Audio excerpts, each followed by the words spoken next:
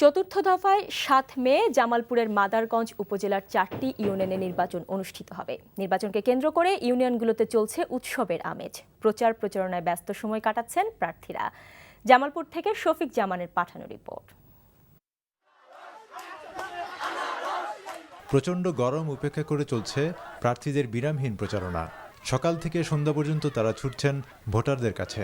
নানা প্রতিশ্রুতি দিয়ে চেষ্টা করছেন ভোটারদের মন জয় করতে। আছে প্রার্থীদের মাঝে অভিযোগ আর পাল্টা অভিযোগ।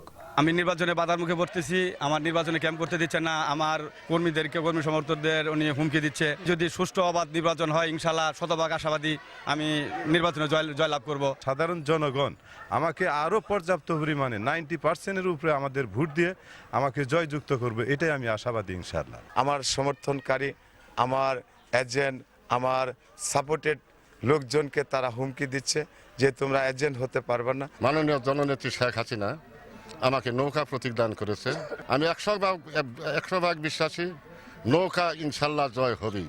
বসে নেই মেম্বার প্রার্থীরাও, তারাও ব্যস্ত নির্বাচনী প্রচারণায়। নির্বাচন সুস্থ হলে জনমত আছে, আমি নিশ্চিত 100% জয়ী হব, হয়ে এলাকার উন্নয়নমূলক কাজ করব। সুষ্ঠু নির্বাচনের দাবি করে ভোটাররা বলছেন তারা দেখে শুনে যোগ্য প্রার্থীকেই ভোট দিতে চান।